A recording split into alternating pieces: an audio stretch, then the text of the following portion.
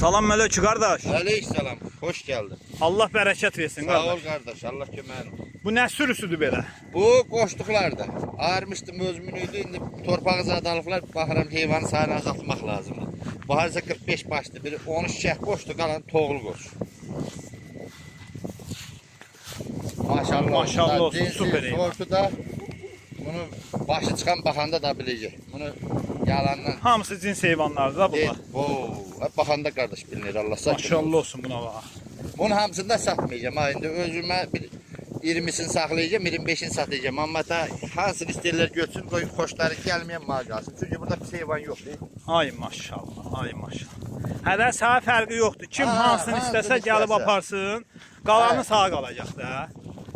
Sən dedin onsuz da mən heyvanı təmiz sortlaşdırmışam. Hərdə qardaş, işte, baxan, başı çıxan adam bilir ki, bu sortdur da. Burada daha bir sarsaq, gezdirmə, dönmə heyvan yox. Ay maşallah. O kilaslar. Deyin bunlardır da bu silaslarlar. Ya bu heyvan da hər adama yox. Dəyərim bilənə verərəm ki, aparsın bunu saxlasın, baxsın, zövq alsın.